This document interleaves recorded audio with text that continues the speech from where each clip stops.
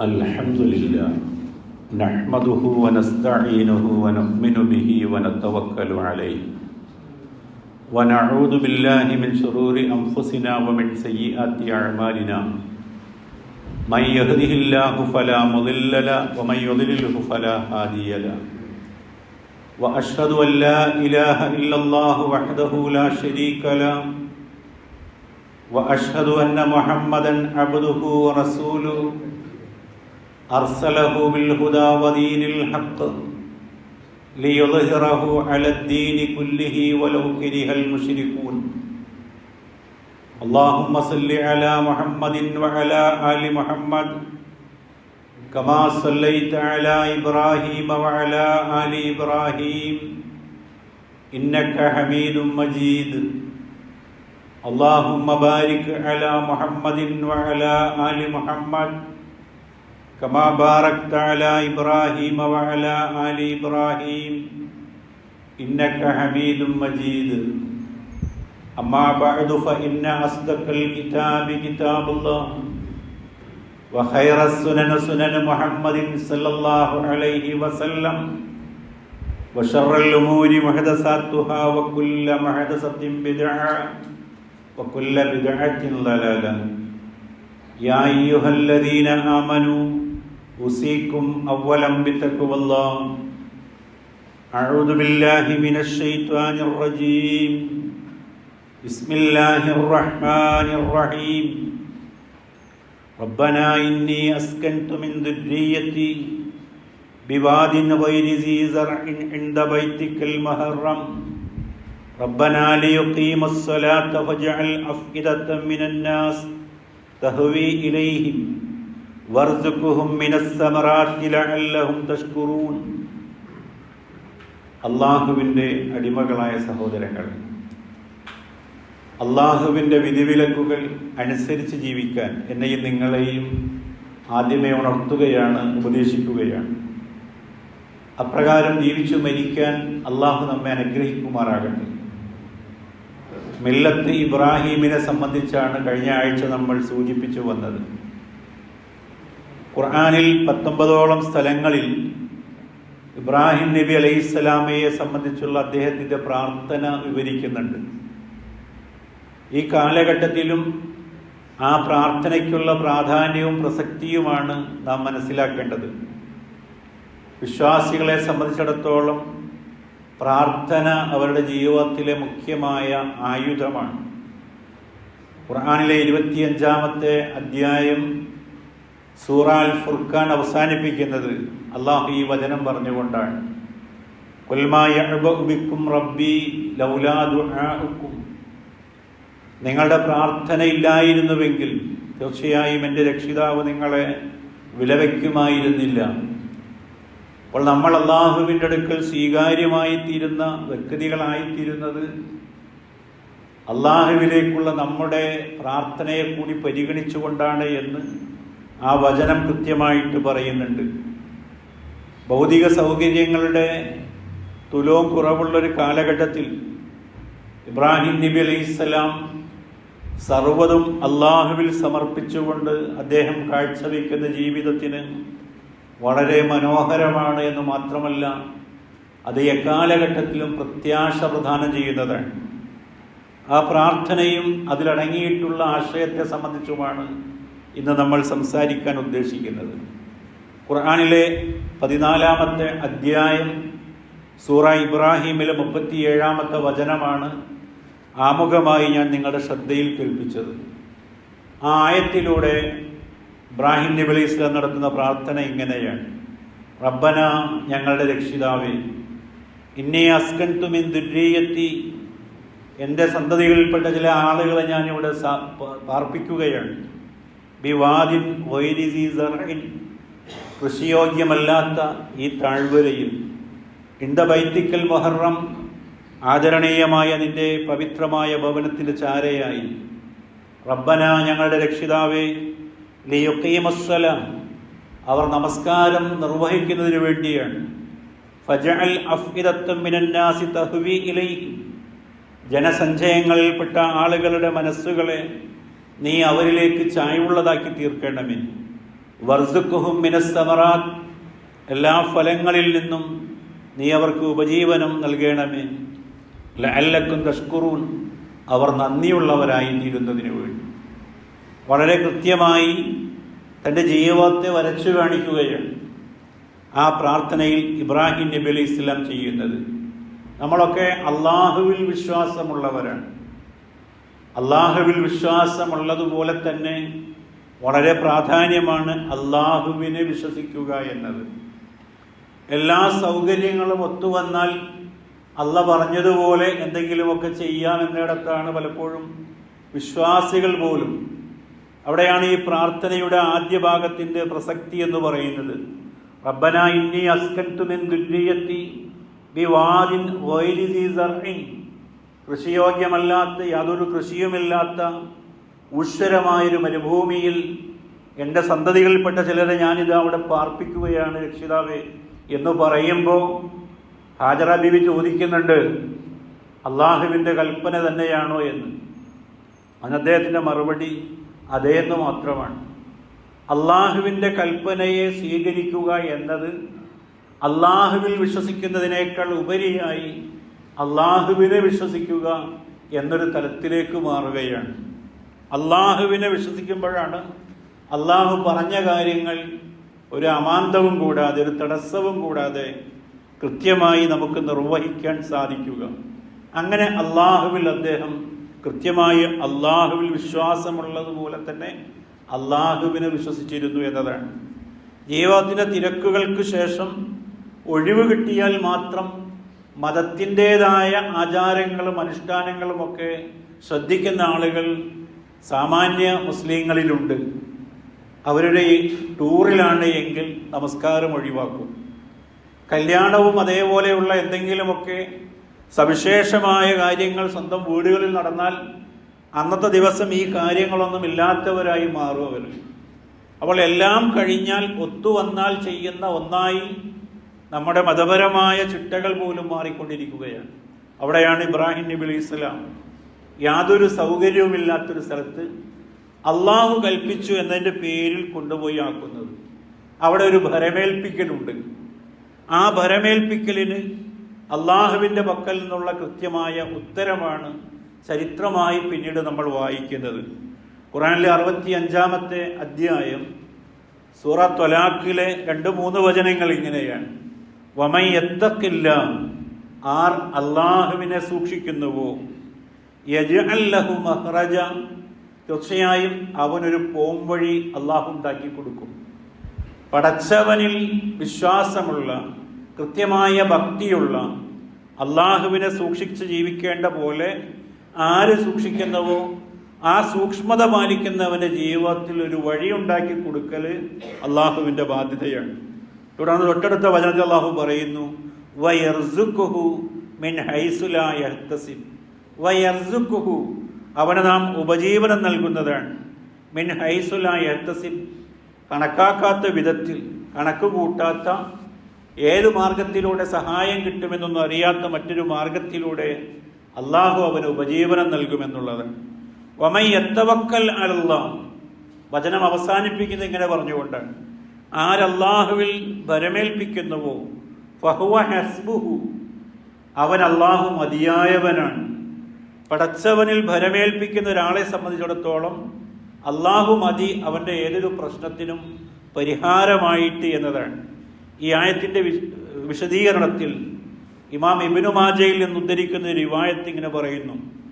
അൻ അബീ ദർ റളിയല്ലാഹു അൻഹു അനിൻ നബി സല്ലല്ലാഹു അലൈഹി വസല്ലം ഖാൽ, അബൂദർ റളിയല്ലാഹു അൻഹു ഉദ്ധരിക്കുകയാണ്, പ്രവാചകൻ പറഞ്ഞതായി, ലൗ അമിലൻ നാസ കുല്ലുഹും, മനുഷ്യർക്കെല്ലാം പ്രവർത്തിക്കാൻ ഇതുമാത്രം മതിയാകുന്നതാണ്, ബിഹാദിഹിൽ ആയാത്തി ലവസിഅതഹും, അവർ അതനുസരിച്ച് പ്രവർത്തിക്കുമെങ്കിൽ, ഈ ആയത്ത് പ്രകാരം അവർ പ്രവർത്തിക്കുമെങ്കിൽ അവരുടെ ജീവിതത്തിൽ ആ ഒരു ആയത്ത് മതി എന്നാണ് ആ ആയത്തിലൂടെ ആ ആയത്തിൻ്റെ വിശദീകരണമായി പ്രവാചകൻ സല്ലല്ലാഹു അലൈഹി വസല്ലം പഠിപ്പിക്കുന്നത്. നോക്കൂ നിങ്ങൾ, തവക്കുലിൻ്റെ പ്രാധാന്യം അവിടെ കൃത്യമായി വിവരിക്കുകയാണ്.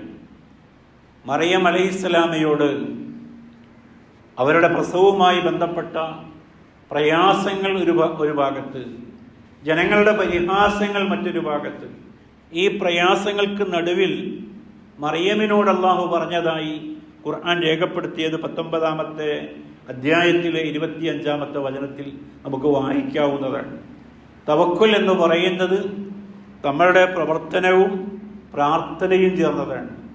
ആ പ്രാർത്ഥനയ്ക്ക് മറുപടിയായി അള്ളാഹു പറയുന്നത് വഹുസ്സി ഇലൈക്ക് ബിജിദിഇൻ നഖ്ല, ഈത്തപ്പനയെ നീ നിന്റെ അടുക്കലേക്ക് പിടിച്ചു കുലുക്കുക. തുസാക്കിത്തു അലൈക്ക് റുത്തബൻ ജനിയ, പാകമായ ഈത്തപ്പഴം അത് നിനക്ക് വീഴ്ത്തി തരുന്നതാണ്. പൂർണ്ണ ഗർഭിണിയായ ഒരു സ്ത്രീയെ സംബന്ധിച്ചിടത്തോളം ഒരിക്കലും ഒരു മരം പിടിച്ചു കുലുക്കുക എന്നുള്ളത് അവർക്ക് സാധ്യമായ കാര്യമല്ല. പക്ഷെ തൻ്റേതായൊരു ഭാഗധേയത്വം നിർവഹിക്കണമെന്നത് അള്ളാഹുവിൻ്റെ ഈ സഹായത്തിൻ്റെ നടപടിക്രമത്തിൻ്റെ ഭാഗമാണ് താനും. അതുകൊണ്ട് തന്നെ മറിയമിനോട് അള്ളാഹു അപ്രകാരം പറയേണ്ടായി. മറിയം അലൈഹിസ്സലാം അത് നിർവഹിച്ചു എന്നുള്ളതാണ്. ഖുർആൻ മറ്റൊരു ചരിത്രം പറയുന്നുണ്ട്, അത് ബനൂ ഇസ്രായേലുമായി ബന്ധപ്പെട്ടതാണ്. കൃത്യമായ തവക്കുലില്ലാതെ വിശ്വാസത്തിന് സ്ഖലിതങ്ങൾ സംഭവിച്ചു പോയ, കുറവുകൾ സംഭവിച്ചു പോയ ആധുനിക കാലത്തെ ആളുകൾക്ക് കൃത്യമായൊരു പാഠമാണത് പറയുന്നത്. തീഹ് മരുഭൂമിയിലൂടെ അവർ അലഞ്ഞു തിരിയുകയാണ്. മന്നയും സൽവയും ഒക്കെ അള്ളാഹുവിൻ്റെ ഭാഗത്തുനിന്ന് അവർക്ക് ഇറക്കി കൊടുക്കുന്നുണ്ട്. അവരുടെ വാഗ്ദത്ത ഭൂമിയിലേക്ക് അവർ കടന്നു ചെല്ലണമെങ്കിൽ അവിടെയുള്ള അക്രമികളെ തുരത്തേണ്ടതുണ്ട്. അള്ളാഹുവിൻ്റെ പ്രവാചകൻ അവരോട് പറയുന്നുണ്ട്, ദുഖുലു അലൈഹിമുൽ ബാബ്, ആ കോട്ടവാതിലിലേക്ക് നിങ്ങൾ ചെന്നുകൊള്ളുക. ഫൈദാ ദഖൽതു, നിങ്ങൾ അവിടെ പ്രവേശിക്കുകയാണെങ്കിൽ ഫഇന്നക്കും ഗാലിബൂൻ, നിങ്ങൾ അവിടെ ചെന്നാൽ, നിങ്ങളത് ഭേദിച്ചു കടന്നാൽ നിങ്ങൾ തന്നെയായിരിക്കും വിജയികളെന്ന് മൂസാ നബി അലൈഹിസ്സലാം ബനൂ ഇസ്രായേലിനോട് പറയുന്നുണ്ട്. വഅലല്ലാഹി ഫതവക്കലു ഇൻ കുൻതും മുഅ്മിനീൻ, നിങ്ങൾ വിശ്വാസികളാണ് എങ്കിൽ അള്ളാഹുവിൽ നിങ്ങൾ ഭരമേൽപ്പിക്കുകയും ചെയ്തു കൊള്ളുക. എന്നാൽ എക്കാലത്തെയും നന്ദികേടിൻ്റെ ഏറ്റവും പ്രതീകമായി അവർ നടത്തിയ പ്രതികരണം ഖുർആൻ രേഖപ്പെടുത്തിയത് തൊട്ടടുത്ത വചനത്തിൽ. കാലു, അവർ പറഞ്ഞു, യാ മൂസ, അല്ലയോ മൂസ, ഇന്നാ ലൻ നദ്ഖുലഹാ അബദൻ മാദാമു ഫീഹാ, ആ അക്രമികൾ അവിടെ ഉള്ള കാലത്തോളം ഞങ്ങൾ അവിടെ പ്രവേശിക്കുകയില്ല. ഫദ്ഹബ് അൻത വറബ്ബുക ഫഖത്തില ഇന്നാ ഹാഹുനാ ഖാഇദൂൻ, നീയും നിന്റെ രക്ഷിതാവും പോയി യുദ്ധം ചെയ്തു കൊള്ളുക, ഞങ്ങളിവിടെ ഇരുന്നു കൊള്ളാം എന്നതാണ് ഭിഖാരികളായ ആളുകൾ മൂസാ നബി അലൈഹി ഇസ്ലാമിനോട് പറഞ്ഞതായി ഖുർആൻ രേഖപ്പെടുത്തിയത്. അപ്പോൾ വിശ്വാസം യാതൊരു വിധത്തിലുള്ള മാറ്റത്തിനും പ്രേരിപ്പിക്കാതെ വെല്ലുവിളികളെ അതിജയിക്കാൻ സാധ്യമല്ല എന്നതാണ് കൃത്യമായി അവിടെ പറഞ്ഞു പോയിട്ടുള്ളത്. ആധുനിക സമൂഹത്തിൽ മുസ്ലിങ്ങൾക്ക് നഷ്ടപ്പെട്ടു പോയിട്ടുള്ളത് ഈ തവക്കുലിൻ്റെ കൃത്യമായ ഭാവമാണ്. നമ്മുടെ പ്രവർത്തനങ്ങൾ തന്നെയും ധാരാളം പോരായ്മകൾ ഉള്ളതാണ് എന്ന് കൃത്യമായൊരു ബോധം നമുക്കെല്ലാവർക്കുമുണ്ട്. അതുകൊണ്ട് തന്നെ അള്ളാഹുവിൽ ഭരമേൽപ്പിക്കേണ്ടുന്ന അതേ രീതിയിൽ കൃത്യമായ ആ ഒരു തഖ്വയോടുകൂടി, ആ ഒരു ഭക്തിയോടുകൂടി നമുക്കത് ചെയ്യാൻ കഴിയുന്നില്ല എന്നതാണ്. അതിന് അള്ളാഹുവിനെ കൃത്യമായി വിശ്വസിക്കാൻ കഴിയണം. പടച്ചവൻ പറഞ്ഞിട്ടുള്ള കാര്യങ്ങൾ നിർവഹിക്കുമ്പോൾ അള്ളാഹുവിൻ്റെ സഹായം ഒപ്പമുണ്ടാകുമെന്നുള്ളത്. രണ്ടാമത് ആ പ്രാർത്ഥനയിൽ അടങ്ങിയിട്ടുള്ള മറ്റൊരു ഭാഗം, തൻ്റെ സമൂഹത്തെ അല്ലെങ്കിൽ തൻ്റെ സന്തതികളിൽപ്പെട്ടവരെ എന്തിനിവിടെ പാർപ്പിക്കുന്നു എന്നതിൻ്റെ ഉത്തരമെന്നോണം ഇബ്രാഹിം നബി അലൈഹി സ്വലാം പറയുന്നത്, റബ്ബനാ ലിയുഖീമുസ്സലാം, അവർ നമസ്കാരം നിർവഹിക്കുന്നതിന് വേണ്ടി എന്നതാണ്. കൃത്യമായ ദീനീ നിഷ്ഠയെ സംബന്ധിച്ചുള്ള കൃത്യമായ കാഴ്ചപ്പാട് ഇബ്രാഹിം നബി അലൈഹി സ്വലാം തൻ്റെ സമൂഹത്തെ പറ്റി വച്ചു പുലർത്തിയിരുന്നു എന്നുള്ളതാണ്. ഖുർആനിലെ 66-ാമത്തെ അധ്യായം സൂറ തഹരീമിലെ 6-ാമത്തെ വചനം നമുക്കെല്ലാവർക്കും പലവരു കേട്ടവരാണ് നമ്മൾ. യാ അയ്യുഹല്ലദീന ആമനൂ, അല്ലയോ സത്യവിശ്വാസികളെ, ഖൂ അൻഫുസക്കും വ അഹ്ലീക്കും നാറ, നിങ്ങൾ നിങ്ങളെയും നിങ്ങളുടെ കുടുംബത്തെയും കത്തിക്കാളുന്ന നരകാഗ്നിയിൽ നിന്ന് നിങ്ങൾ കാത്തുകൊള്ളുക എന്നത്. ആ നരകത്തെ അതിജയിച്ചു പോകണമെങ്കിൽ കൃത്യമായ ദീനീ നിഷ്ഠയുള്ളവരായി, ധാർമ്മിക ബോധമുള്ളവരായി വരും തലമുറ മാറേണ്ടതുണ്ട്. ആ ഒരു കാഴ്ചപ്പാട് ഇബ്രാഹിം നബി അലൈഹി സ്വലാം വച്ചു പുലർത്തിയിരുന്നു എന്നുള്ളതാണ്. ഇമാം തുർമദി ഉദ്ധരിക്കുന്ന ഹദീസിൽ പ്രവാചകൻ സല്ലല്ലാഹു അലൈഹി വസല്ലം മക്കൾക്ക് നൽകുന്ന ഉപദേശങ്ങളിൽ കൃത്യമായി കാണാവുന്നതാണ്. യാ ഗുലാം, ഇബ്നു അബ്ബാസ് റളിയല്ലാഹു അൻഹു കുട്ടിയായിരിക്കെ പ്രവാചകനോടൊപ്പമുണ്ട്. അദ്ദേഹത്തെ വിളിച്ചുകൊണ്ട് പ്രവാചകൻ പറയാണ്, അല്ലയോ കുട്ടി, ഇനി ഉഅല്ലിമുക കലിമാത്തിൻ, ചില വാക്കുകൾ ഞാൻ നിനക്ക് പഠിപ്പിച്ചു തരാം. എന്നിട്ട് പ്രവാചകൻ പറയുകയാണ്, ഇഹ്ഫദില്ല യഹ്ഫദുക, നീ അള്ളാഹനെ സൂക്ഷിക്കണം, എങ്കിൽ അള്ളാഹു നിന്നെ സംരക്ഷിക്കുന്നതാണ്. പടച്ചവനെ സൂക്ഷിക്കേണ്ട വിധത്തിൽ നീ സൂക്ഷിച്ചാൽ അള്ളാഹ് നിന്നെ സംരക്ഷിച്ചുകൊള്ളും. ആർക്കാണിത് പറഞ്ഞു കൊടുക്കുന്നത്? കുട്ടിയായിരിക്കെ ഇബ്നു അബ്ബാസിനോടാണ് പ്രവാചകൻ പറയുന്നത്. അവിടെ നിർത്തല്ല പ്രവാചകൻ, ഇഹ്ഫദില്ല, നീ അള്ളാഹനെ സൂക്ഷിക്കണം, തജിദുഹു തുജാഹക, നിന്റെ മുന്നിൽ നീ അള്ളാഹുവിനെ കാണുന്നത് പോലെ നിന്റെ പ്രവർത്തനങ്ങൾക്ക് മുമ്പിൽ അള്ളാഹുവിനെ നീ കാണണം. അങ്ങനെയാണ് നീ അള്ളാഹുവിനെ സൂക്ഷിക്കേണ്ടത്. എത്ര കൃത്യമായിട്ടുള്ള പാഠമാണ് പ്രവാചകൻ സല്ലല്ലാഹു അലൈഹി വസല്ലമ മക്കൾക്ക് പറഞ്ഞു കൊടുക്കുന്നത്. അങ്ങനെ വളർത്തപ്പെടുന്നൊരു കുട്ടി ജീവിതത്തിൻ്റെ ഏത് ഭാഗത്തെത്തിയാലും, ഏത് സിറ്റിയിൽ ചെന്നാലും, ഏത് നഗരത്തിലെത്തിയാലും, എവിടെയാണ് എങ്കിലും കൃത്യമായ ബോധം അള്ളാഹുവിനെ സംബന്ധിച്ചിടത്തുണ്ട്. പടച്ചവനെ പറ്റിയുള്ള ആ വിശ്വാസം തെറ്റുകുറ്റങ്ങളിൽ നിന്ന് അത്തരം ആളുകളെ തടഞ്ഞു നിർത്തുമെന്നുള്ളതാണ് അതിൻ്റെ പ്രത്യേകത. പ്രത്യേകിച്ച് നമസ്കാരത്തെപ്പറ്റി വീണ്ടും പ്രവാചകൻ പറയാം, മുറുവ ഔലാദക്കും ബിസ്സല ലിസബഅ സിനീൻ, മക്കൾക്ക് 7 വയസ്സുള്ളപ്പോൾ അവരോട് നമസ്കാരത്തെപ്പറ്റി നിങ്ങൾ കൽപ്പിക്കേണ്ടതുണ്ട്. ഇനി അവർ നിർവഹിക്കുന്നില്ല എങ്കിൽ കൃത്യമായ ചോദ്യവും അതിൻ്റെ കൃത്യമായ ശിക്ഷയുമൊക്കെ നിങ്ങളിൽ നിന്ന് അവർക്കുണ്ടാകണം. 10 വയസ്സായി കഴിഞ്ഞാൽ എത്ര കൃത്യമായ പാഠമാണെന്ന് ആലോചിച്ച് നോക്കൂ.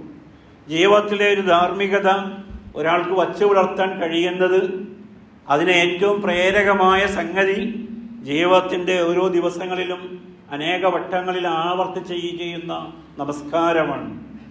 ഒരാൾ അധാർമികതയിലേക്ക് പോകുന്നതിൻ്റെ ആദ്യപടിയായി അയാളിൽ നിന്ന് കൊഴിഞ്ഞു പോകുന്നത് നമസ്കാരമായിരിക്കും. നമസ്കരിക്കുന്ന ഒരാളൊരു വൃത്തികേടിൽ പോയിരിക്കാൻ പറ്റില്ല. വൃത്തികെട്ട കൂട്ടുകെട്ടുകളിൽ അയാൾക്ക് ഉൾപ്പെടാൻ സാധിക്കുകയില്ല. മദ്യവും മയക്കുമരുന്നുമുള്ള ലോകത്തേക്ക് അയാൾക്ക് കടന്നു പോകാൻ സാധ്യമല്ല. അതിനെയൊക്കെയും ചെറുക്കുന്ന കൃത്യമായിട്ടുള്ള അള്ളാഹുവിൻ്റെ നടപടിയുടെ ഒരു ഭാഗമാണ് 5 നേരങ്ങളിലെ നമസ്കാരമായി നമ്മളോട് കൽപ്പിക്കുന്നത്. എത്ര കണ്ട് കൃത്യനിഷ്ഠ നമ്മുടെ മക്കളുടെ കാര്യത്തിൽ നമുക്കുണ്ട്, നമ്മൾ ആലോചിച്ച് നോക്കേണ്ടതുണ്ട്.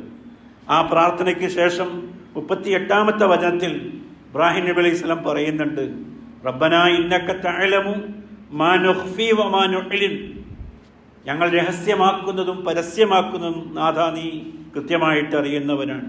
വമാ യഖ്ഫാ അലല്ലാഹി മിൻ ഷൈഇൻ ഫിൽ അർളി വലാ ഫിസ് സമാ, ആകാശങ്ങളിലാകട്ടെ ഭൂമിയിലാകട്ടെ ഒന്നും നിന്നിൽ നിന്ന്, നിന്റെ അറിവിൽ നിന്ന് മറഞ്ഞു പോകുന്നില്ല. എല്ലാം കൃത്യമായിട്ടറിയാവുന്ന അള്ളാഹുവിനെയാണ് നമ്മൾ ബോധ്യപ്പെടുത്തുന്നത്. ആ അള്ളാഹുവിനെയാണ് നമ്മൾ വിശ്വസിക്കുന്നത്. ആ അള്ളാഹുവിലാണ് നമ്മുടെ വിശ്വാസം. അങ്ങനെ വരുമ്പോൾ നമ്മുടെ ജീവിതം എത്രമേൽ നിർമ്മലമാകുമെന്ന് ആ വചനത്തിൻ്റെ കൃത്യമായ വിശദീകരണത്തിൽ നമുക്ക് മനസ്സിലാക്കാവുന്നതാണ്. മറ്റൊന്ന് സമൃദ്ധിയെ സംബന്ധിച്ചുള്ള അദ്ദേഹത്തിൻ്റെ ആഗ്രഹമാണ്. നോക്കൂ നിങ്ങൾ, ഫജഅൽ അഫ്ഇദത്തം മിനന്നാസി തഹ്വി ഇലൈഹിം, ഈ കൊണ്ടുവന്നാക്കപ്പെട്ട ആളുകൾ ഇങ്ങനൊരു ജനസഞ്ചയമായി ഭാവിയിൽ മാറുകയാണ്. അവരിലേക്ക് മാലോകരായ ആളുകളുടെ മനസ്സിനെ നീ ചായവുള്ളതാക്കണം, അവരിലേക്ക് താല്പര്യമുണ്ടാകണം. അവിടെ നിർത്തുകയല്ല, വർസുഖുഹും മിനസ് സമറാത്ത്, എല്ലാ ഫലങ്ങളിൽ നിന്നും അവർക്ക് നീ ഉപജീവനം നൽകുകയും വേണം. ഇബ്രാഹിം നബി അലൈഹി സ്വലാമിയുടെ പ്രാർത്ഥന കൃത്യമായി അള്ളാഹുവിൽ വിശ്വസിക്കുന്നത് പോലെ തന്നെ ജീവിക്കുന്ന കാലഘട്ടത്തിലും സമൂഹത്തിലും ആ നാടിൻ്റെയും സമൂഹത്തിൻ്റെയും ഒക്കെ സമൃദ്ധിയെ കൂടി ഉൾക്കൊള്ളുന്നതാണ്. അതിനു വേണ്ടിയും കൂടിയാണ് പ്രാർത്ഥന. അല്ലാഹുമ്മ ബാരിക് ഫീ സ്വാഇന വ മുദ്ദിന എന്നൊക്കെ പറഞ്ഞുകൊണ്ടുള്ള പ്രവാചകന്റെ പ്രാർത്ഥന നമുക്ക് കാണാവുന്നതാണ്. ഞങ്ങളുടെ സ്വാഹകളിലും, അളവ് പാത്രമാണ് സ്വാഹും മുദ്ദും എന്നൊക്കെ പറയുന്നത്, അതിലൊക്കെ ഞങ്ങൾക്ക് ബർക്കത്ത് നൽകണമെന്ന് പ്രവാചകൻ സല്ലല്ലാഹു അലൈഹി വസല്ലം അള്ളാഹുവിനോട് പ്രാർത്ഥിക്കുകയും അനുയായികളോട് അപ്രകാരം ചെയ്യാൻ വേണ്ടി പറയുകയും ചെയ്യുന്നുണ്ട്. അപ്പോൾ ഒരു നാടിൻ്റെ സമൃദ്ധി എന്ന് പറയുന്നത് വിശ്വാസികൾ അതിനുവേണ്ടി പ്രയത്നിക്കുന്നവരാവണം എന്നതാണ്. ഖുർആന്റെ മറ്റൊരു ഭാഗത്ത് കാണാം, വമാമിൻ ദാബത്തിൻ ഫിൽ അർളി, ഭൂമിയിൽ ഒരു ജീവിയുമില്ല, ഇല്ലാ അലല്ലാഹി റിസ്ഖുഹ, അതിൻ്റെ ഉപജീവനം അള്ളാഹുവിൻ്റെ പക്കൽ നിന്നല്ലാതെ. പടച്ചവനാണ് ഉപജീവനം എല്ലാത്തിനും ഏറ്റെടുത്തിട്ടുള്ളവൻ. ആ അള്ളാഹുവിനോടുള്ള നിരന്തരമായ പ്രാർത്ഥനയോടൊപ്പം തന്നെ സമൃദ്ധിക്ക് വേണ്ടിയുള്ള പ്രവർത്തനങ്ങൾ. നമ്മുടെയൊക്കെ വിചാരമെന്ന് പറയുന്നത് ഏതെങ്കിലും നിലക്ക് സമൃദ്ധി ഉണ്ടാകണമെങ്കിൽ മതപരമായ വിലക്കുകൾ മാറ്റിവെക്കണമെന്നതാണ്. പലിശ ഒരു കൃത്യമായൊരു സമൂഹത്തിൻ്റെ ആഴ്ന്നിറങ്ങിയിട്ടുള്ള സാമ്പത്തിക രംഗത്തെ നിഷിദ്ധമായൊരു മാർഗമാണ്. പലരും വിചാരിക്കൽ പലിശയില്ലാത്തത് കൊണ്ട് നമ്മളൊക്കെ വളരെ പാവങ്ങളായിപ്പോയി എന്നുള്ളതാണ്. മറ്റു പലരും ഏറ്റവും വലിയ സമ്പന്നരായത് അവർക്കൊക്കെ പലിശ അനുവദിക്കപ്പെട്ടത് കൊണ്ടാണ് എന്ന് നാട്ടുംപുറങ്ങളിലുള്ള വർത്തമാനങ്ങൾ നമ്മൾ കേൾക്കാറുണ്ട്. എന്നാൽ നിഷിദ്ധമായ മാർഗത്തിലൂടെ അള്ളാഹുവിൻ്റെ സമൃദ്ധി നമ്മൾ ആഗ്രഹിക്കാൻ പാടില്ല. അള്ളാഹു കൽപ്പിച്ചിടത്ത് അവിടെയാണ് നമ്മുടെ സമൃദ്ധി കൈക്കൊള്ളുന്നത് എന്ന് മനസ്സിലാക്കിക്കൊണ്ട് ആ മാർഗം കൃത്യമായി അള്ളാഹു ഉപയോഗപ്പെടുത്താൻ പറഞ്ഞ കാര്യം അല്ലേ, അഹല്ലല്ലാഹു ബൈഅ, നിങ്ങൾക്ക് അള്ളാഹു കച്ചവടം അനുവദിച്ചു തന്നു. കച്ചവടക്കാരോട് പ്രവാചകൻ കൃത്യമായി ഉപദേശിച്ചു. നല്ല കച്ചവടക്കാരൻ എങ്ങനെയുള്ളവനാണ്? അവൻ അമ്പിയാക്കളോടൊപ്പം ശുഹദാക്കളോടൊപ്പം സാദിഖീങ്ങളോടൊപ്പമാണ് അവരുടെ സ്ഥാനമെന്ന് പറഞ്ഞു. കച്ചവടത്തിൻ്റെ കൃത്യനിഷ്ഠയെ സംബന്ധിച്ചും അവിടെ പാലിക്കേണ്ട മര്യാദകളെ സംബന്ധിച്ചും പറയാം. ഇടപാടിന് പോകുന്നവരോട് പ്രവാചകൻ സല്ലല്ലാഹു അലൈഹി വസല്ലം പ്രത്യേകമായി പറഞ്ഞു, പുലർച്ചെ തന്നെ തങ്ങളുടെ ഇടപാടുകളിലേക്ക് തിരിയാൻ പറഞ്ഞു. എൻ്റെ സമൂഹത്തിൻ്റെ പ്രഭാതം ഏറ്റവും ബർക്കത്തുള്ളതാക്കി കൊടുക്കണമെന്ന് പ്രവാചകൻ അള്ളാഹുവിനോട് പ്രത്യേകമായി പ്രാർത്ഥിക്കുക കൂടി ചെയ്തിട്ടുണ്ട്. അതൊക്കെയും ഒരു സമൃദ്ധിയുടെ ഭാഗമാണ്. ആ രീതിയിൽ സമൃദ്ധി അന്വേഷിക്കാനാണ് ആ പ്രാർത്ഥനയുടെ ഉള്ളടക്കമായി നമുക്ക് മനസ്സിലാക്കാനുള്ളത്. ആ ഭാഗം അവസാനിപ്പിക്കുന്നത് ലഅല്ലക്കും തഷ്കുറൂൻ, എന്തിനു വേണ്ടിയാണ് അതൊക്കെ? അവർ നന്ദിയുള്ളവരാകാൻ വേണ്ടി. ഏറ്റവും വലിയ കാര്യമെന്ന് പറയുന്നത് നമ്മൾ അള്ളാഹുവിനോട് നന്ദിയുള്ളവരാവുക എന്നതാണ്. ഖുർആൻ 25-ാമത്തെ അധ്യായത്തിലെ 62-ാമത്തെ വചനം നമുക്ക് ഇങ്ങനെ വായിക്കാം. നോക്കൂ നിങ്ങൾ അതിൻ്റെ പ്രാധാന്യം. അല്ലദീ ജഅലൽ ലൈല വന്നഹാറ ഖിൽഫത്തൻ, അള്ളാഹുവാണ് രാവിനെയും പകലിനെയും മാറ്റിമറിക്കുന്നവൻ. എന്തിനു വേണ്ടിയാണത്? ലിമൻ അറാദ അൻ യദ്ദക്കറ, ആലോചിച്ച് കാര്യങ്ങൾ മനസ്സിലാക്കുന്ന ആളുകൾക്ക് വേണ്ടിയും, ഔ അറാദ ശുക്കൂറ, തങ്ങളുടെ രക്ഷിതാവിനോട് നന്ദി കാണിക്കുന്നതിനും വേണ്ടിയാണ്. രാപ്പകലുകൾ മാറി മാറി വരുന്നതിൻ്റെ ഒരു ഉദ്ദേശമായി ഖുർആൻ അവിടെ രേഖപ്പെടുത്തിയത് നന്ദിയുള്ളവരാകാൻ വേണ്ടി എന്നുള്ളതാണ്. ഇതൊരു വലിയ അത്ഭുതമാണ്, അള്ളാഹുവിൻ്റെ ദൃഷ്ടാന്തമാണ്. അതിൻ്റെ ഭാഗമായി നമ്മൾ നിന്നു പോവുകയാണ്. ആ ഒരു ബോധം നമുക്കുണ്ടാകണം, അള്ളാഹുവിനോട് നന്ദി ഉണ്ടാകണം. പലപ്പോഴും നമുക്ക് നന്ദി നഷ്ടപ്പെട്ടു പോകുന്നത് മറ്റുള്ളവരുടെ വിഭവങ്ങളെയും അനുഗ്രഹങ്ങളെയും നമ്മൾ കരുതുമ്പോഴാണ്. എൻ്റെ അനുഗ്രഹവും എൻ്റെ സൗകര്യവും ഞാൻ മറന്നുകൊണ്ട് മറ്റുള്ളവർക്ക് അള്ളാഹു എന്തൊക്കെയാണ് നൽകിയത് എന്നതിനെ സംബന്ധിച്ചായിരിക്കും വല്ലാതെ ഞാൻ ആലോചിച്ചു കൊണ്ടിരിക്കുക. അത്തരമൊരു രീതിയെ പ്രവാചകൻ നിരാകരിക്കുന്നുണ്ട്. ബുഖാരി മുസ്ലിം റിപ്പോർട്ട് ചെയ്ത ഹദീസിൽ അള്ളാഹുവിൻ്റെ റസൂൽ പറയുന്നുണ്ട്, ഉൻദുറു ഇലാ മൻ ഹുവ അസ്വല മിൻകും, നിങ്ങൾ നിങ്ങളിലെ താഴെയുള്ളവരിലേക്ക്, വിഭവങ്ങൾ കുറഞ്ഞു പോയവരിലേക്ക്, സാമ്പത്തിക ശേഷി കുറഞ്ഞു പോയവരിലേക്ക്, ജീവിതങ്ങളിൽ വലിയ കഷ്ടപ്പാടുകൾ അനുഭവിക്കുന്ന ആളുകളിലേക്ക് നിങ്ങൾ നോക്കിക്കൊള്ളുക. വലാ തൻലുറു, നിങ്ങൾ ഒരിക്കലും നോക്കരുത് ഇലാമൻ ഹുവ ഫൗക്കക്കും, നിങ്ങളുടെ ഉപരിയായി നിൽക്കുന്ന ആളുകളിലേക്ക്, വലിയ സമ്പന്നരിലേക്ക്, കഴിവുള്ളവരിലേക്ക്, മറ്റ് ശേഷികളിലൊക്കെ വലിയ വലിയ സമ്പന്നതയുള്ള ആളുകളിലേക്ക് നിങ്ങൾ നോക്കരുത്. ഫഹുവ അജ്ദർ അല്ലാ തസ്ദറു നിഅമത്തുല്ലാഹി അലൈക്കും, അങ്ങനെ നിങ്ങൾ നോക്കുമ്പോൾ അള്ളാഹു നിങ്ങൾക്ക് ചെയ്തെന്ന അനുഗ്രഹങ്ങളെ വളരെ നിസ്സാരമായി തോന്നാൻ അത് ഇടയാക്കും. അതുകൊണ്ട് പടച്ചവൻ നമ്മിലേക്ക് തന്നിട്ടുള്ള അനുഗ്രഹങ്ങളെ സംബന്ധിച്ച് ഏതൊരു കാലഘട്ടത്തിലാണ് ഇബ്രാഹിം നബി അലൈഹി സ്വലാം പറയുന്നത്, ഒരു നേരത്തെ ഭക്ഷണം കൈവശമില്ലാതിരിക്കുമ്പോൾ, അതേപോലെ കുടിക്കാനുള്ള കുടിനീര് പോലും കൈവശമില്ലാതെ തൻ്റെ കുടുംബത്തെ കൊണ്ടുപോയി പാർപ്പിക്കുന്ന ശേഷമാണ് പറയുന്നത് അവർ നന്ദിയുള്ളവരായി തീരുന്നതിന് വേണ്ടിയെന്ന്. നമ്മുടെ ഭാഷയിൽ എന്തിനാണ് അവർ നന്ദി കാണിക്കേണ്ടത്? നമുക്കുള്ള എന്തൊരു സൗകര്യമാണ് ആ സമൂഹത്തിൽ ഇബ്രാഹിം നബി അലൈഹി സ്വലാമിൻ്റെ കുടുംബത്തിന് അള്ളാഹു ചെയ്തു കൊടുത്തത്. ഒന്നുമില്ലാത്തൊരു കാലഘട്ടത്തിൽ നമ്മുടെ ഭാഗത്തെന്ന് പറഞ്ഞാൽ കേവലം വട്ടപൂജ്യമായ അത്രയും വിഭവം മാത്രമുള്ള ആളുകളോടാണ് അവർ നന്ദിയുള്ളവരാകാൻ വേണ്ടിയാണ് ഇതൊക്കെ ചെയ്യുന്നതെന്ന് പറയുമ്പോൾ നമ്മളൊക്കെ ദിവസത്തിൻ്റെ 24 മണിക്കൂറും നന്ദിക്ക് വേണ്ടി മാത്രം മാറ്റിവെച്ചാൽ പോലും മതിയാവുകയില്ല എന്ന് നമുക്ക് തോന്നിപ്പോകും. അത്രമേൽ ആഴത്തിലുള്ളതാണ് ആ പ്രാർത്ഥനയിലെ ഓരോ വാചകങ്ങളും നമ്മൾ പഠിക്കേണ്ടതുണ്ട്. ഇബ്രാഹിം നബി അലൈഹി സ്വലാമിയുടെ മറ്റൊരു പ്രാർത്ഥന ഖുർആൻ രേഖപ്പെടുത്തിയത് 2-ാമത്തെ അധ്യായം സൂറ ബക്കറയിലെ 126-ാമത്തെ വചനമാണ്. ആ ആയത്തിന് എങ്ങനെയാണ്? വഇദ് ഖാല ഇബ്രാഹിം നബി അലൈഹി സ്വലാം പറഞ്ഞ സന്ദർഭം, റബ്ബി ജഅൽ ഹാദാ ബലദൻ ആമിന, എൻ്റെ രക്ഷിതാവേ, ഞാൻ ഈ ഉൾക്കൊള്ളുന്ന ഈ നാടിനെ നീ നിർഭയത്വമുള്ളതാക്കി തീർക്കേണ്ടമേ. എത്ര കൃത്യമായിട്ടുള്ളൊരു കാഴ്ചപ്പാടാണ്. രാജ്യ സുരക്ഷ എത്രമേൽ പ്രയാസപ്പെട്ടു പോകുന്നൊരു കാലഘട്ടത്തിലാണ് നമ്മൾ ജീവിച്ചു കൊണ്ടിരിക്കുന്നത്. ഏതു സമയത്തും ആക്രമിക്കപ്പെടാവുന്ന വിധത്തിൽ എത്രയോ മനുഷ്യർ ലോകത്തിൻ്റെ വിവിധ ഭാഗങ്ങളിൽ നിരന്തരമായി ആക്രമിക്കപ്പെടുന്നുണ്ട്. അവരുടെ കുടുംബങ്ങൾ തകർക്കപ്പെടുന്നുണ്ട്. അവരുടെ സ്വത്തുവകകൾ കൊള്ളയടിക്കപ്പെടുന്നുണ്ട്. അത്തരമൊരു കാലഘട്ടത്തിൽ, അല്ലെങ്കിൽ അത്തരമൊന്നും പ്രയാസങ്ങളില്ലാത്തൊരു കാലഘട്ടത്തിലാണ് ഇബ്രാഹിം നബി അലൈഹി സ്വലാം ഭാവി തലമുറയെ കൂടി കണ്ടുകൊണ്ട് എൻ്റെ രാജ്യത്തെ നിർഭയത്വമുള്ളതാക്കി തീർക്കണമെന്ന് പറയുന്നത്. അപ്പോൾ അതൊരു വലിയ പാഠമാണ്. വിശ്വാസികളെ സംബന്ധിച്ചിടത്തോളം നമ്മുടെ വിശ്വാസം ശരിയാകണമെങ്കിൽ അള്ളാഹുവിൻ്റെ റസൂല് പറയുന്നുണ്ട്, നമ്മുടെ ചാര കഴിയുന്ന ആളുകൾ, അയൽവാസികളായ ആളുകൾ നമ്മെ സംബന്ധിച്ച് നിർഭയത്വമുള്ളവരായിരിക്കണമെന്ന്. അങ്ങനെ നിർഭയത്വമുള്ള ഒരു സമൂഹമായി വിശ്വാസികൾ മാറണം. മറ്റുള്ളവർക്ക് നിർഭയത്വം പ്രദാനം ചെയ്യുന്ന, മറ്റേ ആളുകളുടെ കാര്യങ്ങളിൽ കരുതലുള്ളവരായി മാറുക എന്നതാണ് താല്പര്യം. അങ്ങനെ രാജ്യ പുരോഗതിക്ക് മാത്രമല്ല, രാജ്യത്തിൻ്റെ സ്വസ്ഥതയ്ക്കും സമാധാനത്തിനു കൂടി ഉപകരിക്കുന്ന വിധമാണ് ഇബ്രാഹിം നബി അലൈഹി സ്വലാമിയുടെ പ്രാർത്ഥന എന്ന് പറയുന്നത്. ഒരു രാജ്യത്തിൻ്റെ എല്ലാവിധത്തിലുള്ള പുരോഗതിക്ക്, സുരക്ഷിതത്വം, സമൃദ്ധി, ധാർമ്മികത, സർവോപരി ആ രാജ്യത്ത് ജീവിക്കുന്ന ആളുകൾക്ക് അള്ളാഹുവിനോടുള്ള നന്ദിയും എല്ലാം ആ പ്രാർത്ഥനയിൽ അടങ്ങിയിരിക്കുന്നു. ഒരു രാഷ്ട്രപിതാവ് അല്ലെങ്കിൽ നഗരപിതാവ് എന്നതിനേക്കാളൊക്കെ അപ്പുറം ഇബ്രാഹിം നബി അലൈഹി സ്വലാം മാനവികതയുടെ, മനുഷ്യരാശിയുടെ മുഴുക്കൻ എല്ലാ നിലക്കുമുള്ള പുരോഗതിക്കുള്ള ആദർശ പിതാവാണ് എന്നത് അദ്ദേഹത്തിൻ്റെ പ്രാർത്ഥന നമുക്ക് കൃത്യമായി അനാവരണം ചെയ്യുന്നു.